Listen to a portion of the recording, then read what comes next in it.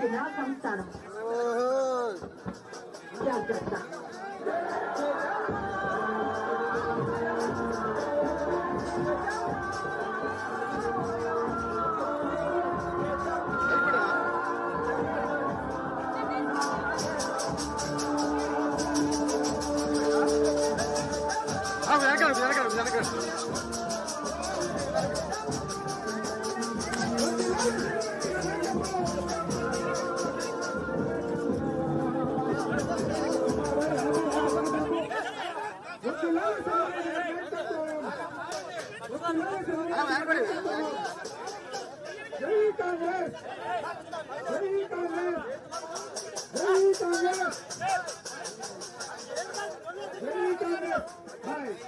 నిదానంగా కూర్చోండి, ఎవరిని తోసుకోవద్దు, కూర్చోండి. ఏం చేశారు?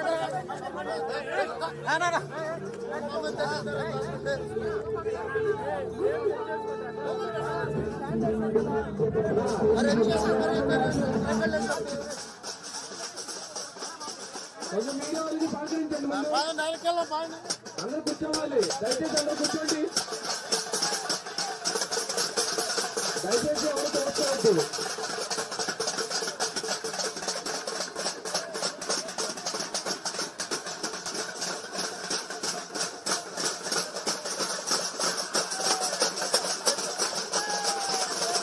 గట్టి కొట్టాలి, గట్టిగా గట్టి కొట్టాలి.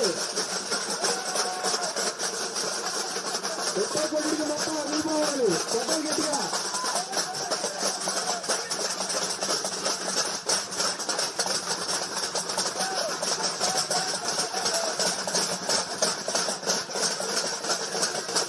ఎవరో తోసుకోవద్దమ్మా, అన్ని మీడియా వాళ్ళకి సహకరించండి అందరూ కలిసి.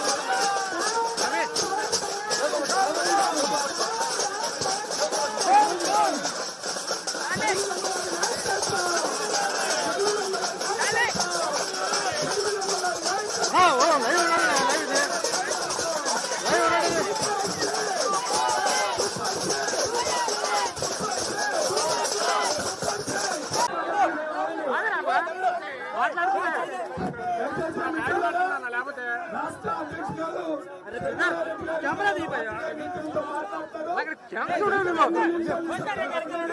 మనమందరం ఒక గంట పాటు ఈ యొక్క చంద్రబాబు నాయుడు కార్యక్రమం ఉంటుంది. కార్యక్రమంలో ఉన్న దయచేసి మీడియా మాట్లాడుతూ ఉన్నారు, నిశ్శబ్దంగా ఉండవలసిందే కోరుతున్నాను.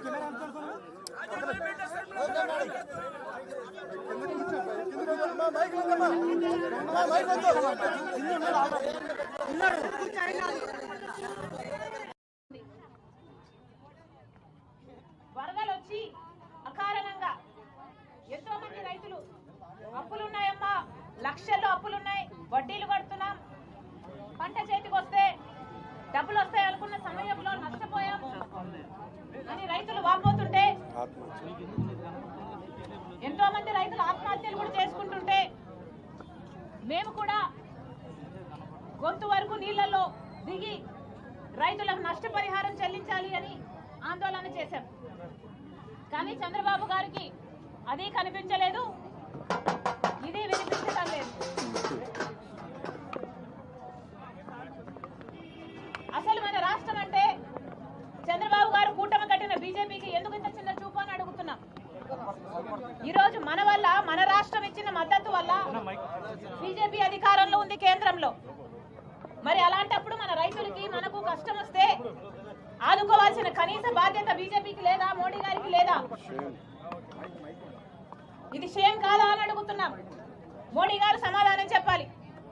బెజవాడ మునిగిపోతే రైల్ నీరు, కనీసం రైల్వే తయారు చేసే నీళ్ళైనా ఉచితంగా ఇవ్వండి అని మేము అడిగితే బీజేపీ సర్కార్ ఇచ్చిందా? ఇదే విజయవాడ డివిజన్ ప్రతి సంవత్సరము రైల్వేస్ కి ఇచ్చే రెవెన్యూ 6,000 కోట్లకు పైగా. మరి అలాంటప్పుడు ఆ రైల్వేస్ ఒక ఫ్యాక్టరీ కూడా పెట్టుకున్నారు, నీళ్లు తయారు చేస్తున్నారు మన విజయవాడలో, విశాఖపట్నంలో. మన విజయవాడలో, మన రాష్ట్రంలో ఇంత నష్టం జరిగితే కనీసం నీళ్ళైనా ఉచితంగా ఇవ్వండి అంటే బీజేపీ ప్రభుత్వం ఇచ్చిందా? 10 సంవత్సరాలు ప్రత్యేక హోదా ఇస్తామన్నారు మోడీ గారు. అప్పటి నుంచి ఇప్పటి వరకు అన్ని మోసాలే కదా. మరి చంద్రబాబు గారు అలాంటి బీజేపీతో ఎందుకు కూటమి కట్టారో సమాధానం చెప్పాల్సిన అవసరం ఉంది. సూపర్ 6 లో భాగంగా తల్లికి వందనం చంద్రబాబు గారు చెప్పింది, ప్రతి బిడ్డకు ఎంతమంది ఉంటే అంతమందికి 15,000 చొప్పున ఇస్తామని చెప్పారు. ఒకరుంటే ఒక్కరికి, ఇద్దరుంటే ఇద్దరికి, ముగ్గురుంటే ముగ్గురికి, నలుగురుంటే ఏకంగా 60,000 రూపాయలు అమ్మఒడి తల్లికి దీవెన వస్తుంది అని చంద్రబాబు గారు చెప్పారు. గత ప్రభుత్వం అమ్మఒడి కింద ఒక్క బిడ్డకు మాత్రమే ఇచ్చారు. మరి చంద్రబాబు గారు ఈసారి ఆ ఒక్క బిడ్డకు కూడా ఇవ్వలేదు. మరి చంద్రబాబు గారి ఉద్దేశం ఏమిటో, గత ప్రభుత్వం ముంచిన ప్రభుత్వం కాబట్టి ఈ ప్రభుత్వాన్ని ఎంచుకున్నారు ప్రజలు, ఈ ప్రభుత్వం కూడా ముంచుతుందా అని ప్రజలు ప్రశ్నిస్తున్నారు. ఇది మంచి ప్రభుత్వమా లేకపోతే ముంచే ప్రభుత్వమా? మహాశక్తి ఈ పథకం కింద ప్రతి నెల 18 సంవత్సరాల నుంచి 59 సంవత్సరాల వరకు ఉన్న మహిళలకు 1,500 రూపాయలు ప్రతి నెల ఇస్తానన్నారు చంద్రబాబు గారు. ఈ పథకంతో, మహాశక్తి పథకంతో మహిళలంతా మహాశక్తులుగా మారుతారన్నాడు చంద్రబాబు గారు. మరి ఏది అని అడుగుతున్నాం. ఇది మంచి ప్రభుత్వమే అయితే ఆ దిశగా ఎందుకు మీరు ప్రయత్నించడం లేదు, ఎందుకు ఇవ్వటం లేదు? ఇది చాలా హెవీ బడ్జెట్. 1,000,000 మంది మహిళలకు ఇచ్చినా ఇది 1,500 కోట్లు ప్రతి నెలకు ఖర్చు అయ్యేది. మరి చంద్రబాబు గారు ఈ డబ్బులు ఎక్కడి నుంచి తెస్తారు, ఈ మహిళలకు ఎప్పుడు ఇస్తారో సమాధానం చెప్పాలి. అసలు మనది రాజధాని లేని రాష్ట్రం అని మనం అందరం అనుకున్నాం. కనీసం బడ్జెట్ కూడా లేని రాష్ట్రం అని ఈరోజు చింతిస్తున్నాం. కనీసం మనకు బడ్జెట్ కూడా లేదు. చంద్రబాబు గారు బడ్జెట్ లో ఏ ఏ పథకాలు అమలు చేస్తున్నారు, ఎంతెంత కేటాయించారు, ఇంతవరకు ఆ క్లారిటీ కూడా లేదు. మరి సూపర్ 6 ఎలా అమలు చేస్తారు చంద్రబాబు గారు? ప్రతి మహిళకు ప్రతి ఇంటికి 3 సిలిండర్ల ఉచితం అన్నారు. ఏమైంది? కనీసం ఇప్పటికి 1 సిలిండర్ అయినా ఉచితంగా ఇచ్చారా? మరి మీరు 100 రోజులు దాటింది, 1 సిలిండర్ కూడా ఇవ్వకపోతే మీకు మంచి ప్రభుత్వమా, ముంచే ప్రభుత్వమా? ఉచిత బస్సు అన్నారు మహిళలకి. పక్క రాష్ట్రాలలో 1 వారంలో అమలు చేయగలిగిన స్కీము మన రాష్ట్రంలో మాత్రం చంద్రబాబు గారు 100 రోజులు అయిపోయినా కూడా అమలు చేయలేకపోతున్నారు. ఉచిత బస్సు మహిళలకు. మరి ఇది మంచి ప్రభుత్వమా, ముంచే ప్రభుత్వమా? చంద్రబాబు గారు సమాధానం చెప్పాలి. గత ప్రభుత్వం వైసీపీ ప్రభుత్వం మంచి ప్రభుత్వం కాదు, ఇది ముంచే ప్రభుత్వం అని జనాలు వాళ్ళు విశ్వసనీయత కోల్పోయారు కాబట్టి ఆ ముంచే ప్రభుత్వాన్ని ముంచారు. రైతులకు వాళ్ళకు 3,000 కోట్ల రూపాయలు ప్రతి సంవత్సరం రైతుకి ధర స్థిరీకరణ నిధి కింద పక్కన పెడతామని చెప్పి మోసం చేశారు. 4,000 కోట్ల రూపాయలు పంట నష్టపోతే పంట నష్టపరిహారం కింద పక్కన పెడతామని చెప్పి గత ప్రభుత్వం మోసం చేసింది. పూర్తి మద్యపాన నిషేధం అని వాగ్దానాలు చేసి ఆఖరికి మద్య మాఫియా నడిపింది వైసీపీ ప్రభుత్వం. అలాంటిది విశ్వసనీయత కోల్పోయారు కాబట్టి, ఆ ప్రభుత్వం ముంచింది కాబట్టి